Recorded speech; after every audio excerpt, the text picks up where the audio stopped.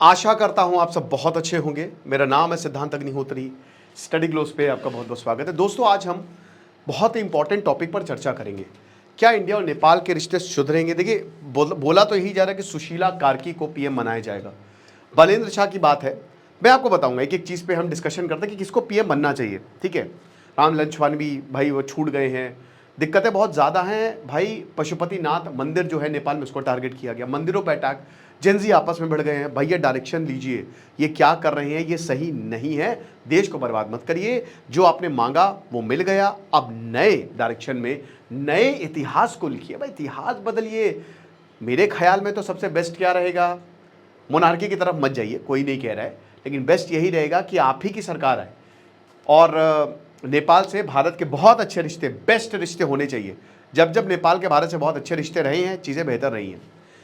लेकिन एआई से भी आपको बेहतर रिश्ते करने पड़ेंगे अगर आपको अपनी ज़िंदगी सुधारनी है। स्किल सीखिए। सर्टिफिकेशन कोर्स है दोस्तों, ये मात्र 300 रुपये का। ये टोटल 10 लेक्चर्स हैं। अगर आप 23 से पहले लेते हैं, क्योंकि 23 सितंबर से क्लास शुरू होगी, तो आपको 1 साल की वैलिडिटी मिलेगी। डिस्क्रिप्शन कमेंट बॉक्स में लिंक है। अब देखिए, बलेंद्र शाह की बहुत ज़्यादा बात हो रही है। भारत से ही पढ़े, विश्वरैया यूनिवर्सिटी, ये भारत से, बंगलौर से मतलब कर्नाटक से पढ़ के आए हैं ये। और इंजीनियर है, ये सिविल इंजीनियर हैं, रैपर हैं, म्यूजिशियन हैं, आर्टिस्ट हैं। लेकिन इनको प्रो अमेरिका बोला जा रहा है और ऐसा कहा जाता है कि ये अमेरिका के एजेंट है, अमेरिका के हिसाब से काम कर रहे हैं। अब देखिए, नेपाल में या तो प्रो चाइना है, या फिर अब प्रो इंडिया है, या फिर अब प्रो अमेरिका है। नेपाल में ऐतिहासिक तौर पे नेपाल प्रो इंडिया ही रहा है। ठीक है, अपने आप को असली हिंदुस्तान बताता है नेपाल।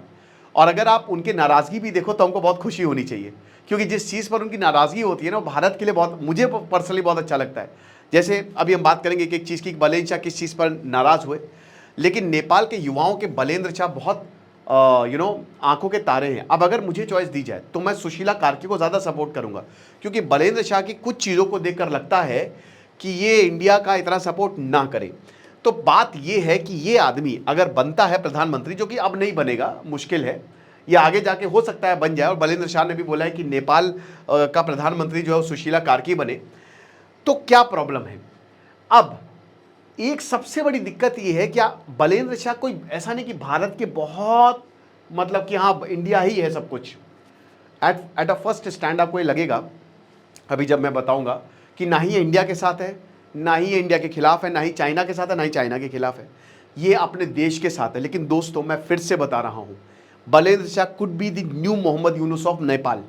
ठीक है, he could be like him, क्योंकि बलेंद्र शाह को अमेरिका का सपोर्ट है, तगड़ा है, और ऐसा हो नहीं सकता कि बाहर से सपोर्ट ना मिला हो। सीआईए सब करती है, तो हो सकता है कि प्रो अमेरिका एजेंडा चलाएं, हो सकता है ये नेपाल के साथ रहें। लेकिन अभी ऐसा लग रहा है कि नेपाल के साथ हैं, नेपाल से इनके बहुत अच्छे रिश्ते हैं, मतलब नेपाल के, खैर नेपाली हैं तो मतलब नेपाल को ये आगे बढ़ाना चाहेंगे। लेकिन आपको नहीं भूलना है, 2015 में जब नया संविधान आया, तो जो मधेसी कम्युनिटी थी, जब इनकी डिमांड्स को इग्नोर किया गया, तो दोस्तों आपको बता दूं कि चीज़ें बेहतर नहीं हुई भाई। रोटी बेटी का रिश्ता बताया जाता है। लेकिन 2015 के बाद से भारत और नेपाल पहली बार आमने सामने आए थे। मधेसी कम्युनिटी हिस्टोरिकली उत्तर प्रदेश बिहार की है, नेपाल में माइग्रेट हुए, वो तराई रीजन में रहते हैं। संविधान में इतना सख्त संविधान था कि नागरिकता, पहली बात बोला कि हम इस रीजन में इतने ज़्यादा है और आपने हमको बहुत ही कम रिप्रेजेंटेशन दिया है, ठीक है, पॉलिटिक्स में। दूसरा भैया, यहाँ पे इतना कुछ था, ठीक है ना, मतलब क्योंकि बहुत सारे इनके रिश्तेदार बिहार और यूपी में हैं, तो नागरिकता के इतने सख्त कानून कि उनसे हमारा रिलेशन छूट जाएगा, खत्म हो जाएगा, और उसके बाद आपने हमारे राइट्स का हनन कर रहे हैं। तो मधेसी कम्युनिटी जो है वो खड़ी हो गई नेपाल के खिलाफ और ब्लॉकेट लगा दी, इकोनॉमिक ब्लॉकेट। और भारत ने बोला नेपाल से कि मेरे भैया कंसिडर करो, ये मैंने इसको पूरा लेक्चर उस समय भी, रिकंसिडर करो। लेकिन काठमांडू ने मना कर दिया। काठमांडू कह रहा था कि ये इंडिया का इंटरफेरेंस है, जिसकी वजह से कुछ समय के लिए भारत और नेपाल के बीच में बहुत तनाव बढ़ गया था, हालात बहुत ख़राब हो गए थे। बाद में सब कुछ जितने भी डिस्ट्रिक्शंस थे उनको ईज किए गए थे। चाइना ने इस अपॉर्चुनिटी का फ़ायदा उठाया और ज़बरदस्त इन्वेस्टमेंट करना शुरू कर दिया एनर्जी प्रोजेक्ट्स पर, इंफ्रास्ट्रक्चर पर, ठीक है। नेपाल तभी चाइना के बाद, अब देखिए ये सब चाइना स्पॉन्सर्ड था, ये हमको पता है। उसने पैसे फेंके और इनके लीडर्स बिक गए। ओके, तो इनके लीडर, जब इनके पास खूब पैसे आए, इसी पैसों से ही तो भाई अमेरिका में सेटल, कहते हैं कि अमेरिका नहीं तो इनके बहुत लॉन्ग टर्म प्लान था कि इनके बच्चों को ऑफर दिया कि इनको यहाँ सेटल करो। वक्त आने पर यही देखिए नेपो किड्स वाला पूरा का पूरा हिसाब किताब और नेपाल का जो पूरा देश है वो धड़धड़ा के गिर गया। अब बलेंद्र शाह की जो पॉपुलैरिटी है, इट्स देखिए याद, जब भी मैं बलेंद्र शाह बोलूं, आप यहाँ के लीडर्स को देखिएगा, इनकी इमेज बहुत अच्छी है, नो डाउट, यूथ को अपील करता है, खुद 35 साल के, 1990 में इनका जन्म हुआ, इमेज बहुत अच्छी है, इनका करियर भी एक सिविल इंजीनियर है, वैसा भी नहीं कोई पढ़े लिखे आदमी है। और ये बात सच है, ये भाई 3 साल पहले काठमांडू के मेयर बने, 60,000 वोटों से ये जीते, इंडिपेंडेंट खड़े हुए, किसी पार्टी के साथ नहीं थे, तो इनकी स्ट्रैटेजी बहुत शानदार है। और दोस्तों काठमांडू बहुत बढ़िया बना, काठमांडू साफ सफाई हुई, वहां पे लॉ एंड ऑर्डर और ज्यादा सुधरा, मेयर को वहां पे ज्यादा ताकत होती है, ठीक है।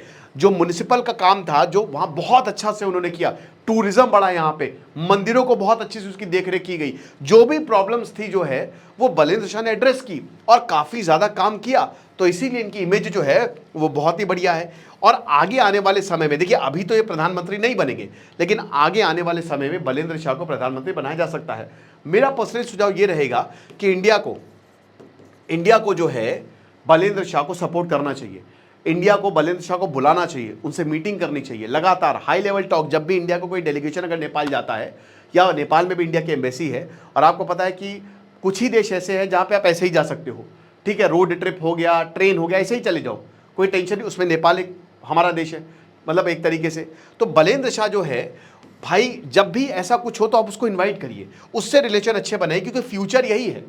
अब बलेंद्र शाह का भारत को लेकर स्टैंड क्या है, ग्रेटर नेपाल का मैप इन्होंने लगा के रखा। आपको पता है कि एंग्लो नेपालीज वॉर जो हुआ, उत्तराखंड हो गया, सिक्किम, कुछ हिस्से जो है वो भारत के पास आए, एंग्लो नेपाली जब वॉर हुआ।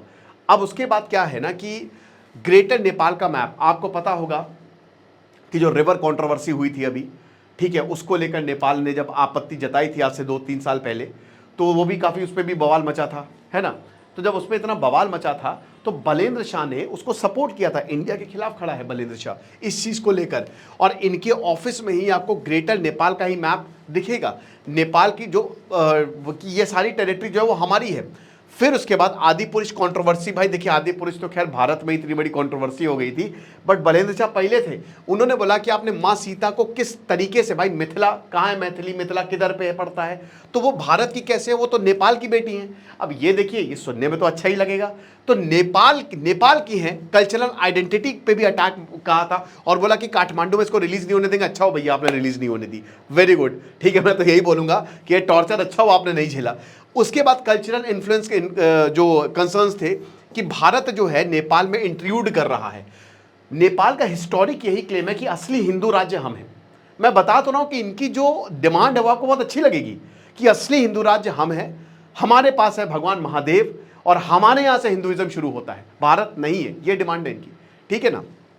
तो इसको भी कहते हैं कि भारत अपने हिसाब से यहाँ पे कल्चरल इन्फ्लुएंस के जरिए जो है वो नेपाल को परेशान करने की कोशिश कर रहा है। और अगर मैं किसी एक कंट्री का नाम लूं जो सबसे इंपॉर्टेंट है भारत के लिए, वो है नेपाल, मोस्ट इंपॉर्टेंट कंट्री, क्योंकि सबसे बड़ी सरहद वही तिब्बत पे लगती है, याद रखिए। उसके बाद बलेंद्र शाह ने डायरेक्ट कॉन्फ्रंटेशन जो है वो अवॉइड किया है, वो डायरेक्ट उन्होंने कभी भी कुछ नहीं बोला, लेकिन कहीं ना कहीं कल्चरल आइडेंटिटी पे इनका हार्ड स्टैंड रहा है। तो एक तरीके से अगर ये आते हैं सत्ता में तो भारत से रिलेशन हो सकता है बहुत अच्छे ना हो, और हो सकता है अच्छे भी हो। हालांकि इन्होंने ऐसा कुछ भारत के लिए बुरा नहीं बोला है, ठीक है। इंडिया, मैंने बताया ना कि इंडिया से नेपाल जुड़ा हुआ, रोटी बेटी का रिश्ता जिसको बोला जाता है। अच्छा, चाइना को लेकर भी चाइना के खिलाफ खड़े हुए हैं। चाइना ने जबरदस्त इन्वेस्टमेंट की है, बहुत ज़्यादा इकोनॉमी में भर भर के पैसा डाला है, ठीक है। अब बलेन ने बोला कि भैया चाइना को लेकर थोड़ा सा ध्यान दो, कॉशियस प्रैग्मेटिज्म होना चाहिए।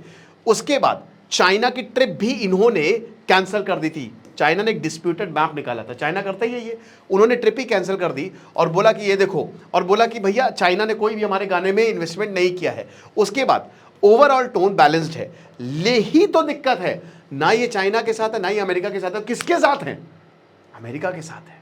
तो वही मैं बता रहा हूं ना कि जो अब अमेरिका को इन्होंने कभी कुछ नहीं बोला, हालांकि अमेरिका का इतना नेपाल में इंटरेस्ट नहीं है। नेपाल में असली इंटरेस्ट है भारत का, इंडिया का, और इंडिया के फेवर में कि मोनार्की आ जाए, लेकिन इंडिया के फेवर में कोई भी आए, केपी ओली तो ना रहे, ठीक है ना। ये लोग बहुत एंटी इंडिया है, बाकी तो हम सबसे डील कर लेंगे।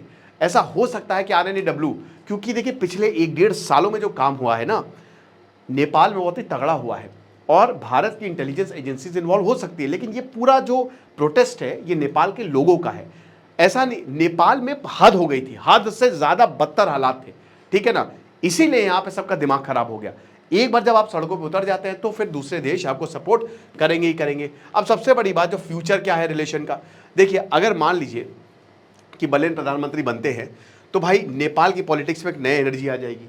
इनका एंटी करप्शन और यूथ ड्रिवन इमेज है, जाहिर सी बात है इकोनॉमिक और स्ट्रैटेजिक कोऑपरेशन इंडिया से होंगे, बट चाइना को भी ये एक बैलेंस्ड अप्रोच रखेंगे। कल्चरल डिस्प्यूट और बॉर्डर रिलेटेड सेंटिमेंट जो है वो दिक्कत कर सकते हैं, क्योंकि बलेन मैं बताता रहा हूँ कि बॉर्डर डिस्प्यूट को लेकर वो बहुत ही क्लियर है कि भैया ये चीज़ हमारी है, तो शायद भारत से प्रॉब्लम हो। चाइना के फैक्टर की बात करें तो नेपाल जो है वो हो सकता है और ज़्यादा चाइना की तरफ चला जाए। हम भले ही बोल रहे केपी ओली, लेकिन अगर मान लीजिए कि इंडिया और नेपाल के रिलेशन जो है, मैं तो वही हो गया कि बजरंग बली से बड़ा भक्त हनुमान जी का कोई नहीं हो सकता, तो इंडिया और नेपाल के रिलेशन अगर खराब हुए तो नेपाल चाइना की तरफ चला जाएगा। अब इनका सबसे बड़ा चैलेंजेस यही है कि भारत से आप रिलेशन तोड़ ही नहीं सकते। मैं बता तो रहा हूं कि ये इम्पॉसिबल है। तो जो ट्रेडिशनल इन्फ्लुएंस है इंडिया का हमेशा रहा है और चाइना का ग्रोइंग, अब चाइना के ऊपर आप भरोसा नहीं कर सकते क्योंकि चाइना डेमोक्रेसी नहीं है, लेकिन कहीं ना कहीं इंडिया को इन सारी चीज़ों पर नज़र रखनी चाहिए। मुझे लगता है कि इंडिया और नेपाल के रिलेशन और अच्छे होंगे, क्योंकि अल्टीमेटली 2008 के बाद ये पता चल गया कि अगर आप इंडिया से दूर रहोगे और आपने देख लिया नया संविधान लाके, डेमोक्रेसी लाके, लेकिन हर किसी के संभालने की बात नहीं है, तो हालात क्या हो जाएंगे, राइट? आपको क्या लगता है मुझे कमेंट बॉक्स में बताइएगा। खुश रहिए, पढ़ते रहिए। जैसे सिद्धांत अग्निहोत्री, साइनिंग ऑफ।